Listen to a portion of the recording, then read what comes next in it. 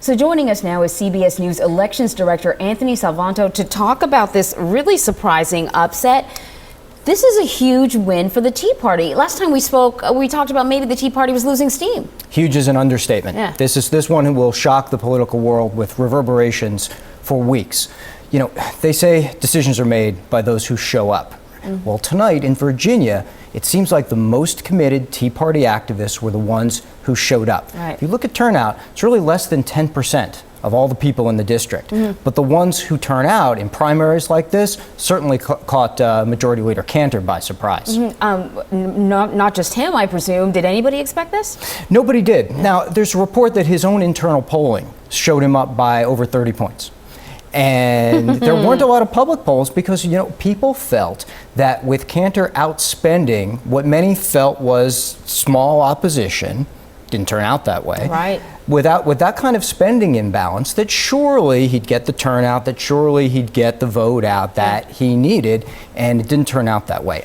I think this will be interpreted widely as a victory, not just for the Tea Party, but for opponents of any kind of immigration reform as well. Okay, we're going to talk a little bit about that, but I want you to break this down, because if Cantor outspent his opponent, Dave Brat, tremendously, how did this happen? You talked a little bit about low voter turnout. What else? Well, when we were watching the results coming in, there are parts of this district that are very conservative, and Cantor's opponent was up in them, and we figured, well, okay, that could happen.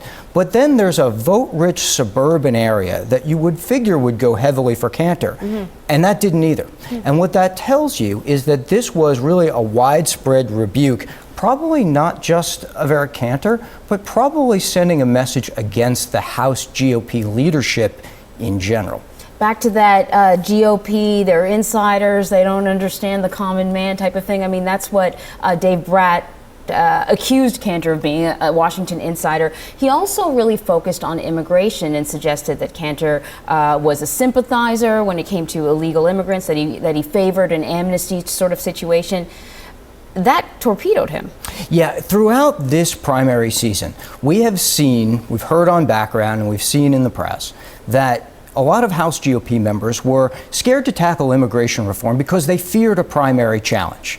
Well, this is their worst nightmare in some respects come true. That's a handful of very committed activists would be able to upend, in this case, one of the most high-profile members of Congress. And you're right, this race really did seem to turn on immigration reform and the challenge coming against what they saw as potential amnesty. So do you think moving forward now, as we move into the next election, that GOP candidates are going to want to stay away from immigration completely? Yeah, I think that's the ramifications of this. I don't think you'll see immigration reform now. I think that has come to pass where a lot of candidates or still have to run in primary challenges this year will see this and take a step back. And again, the Tea Party will chalk this up as a major victory.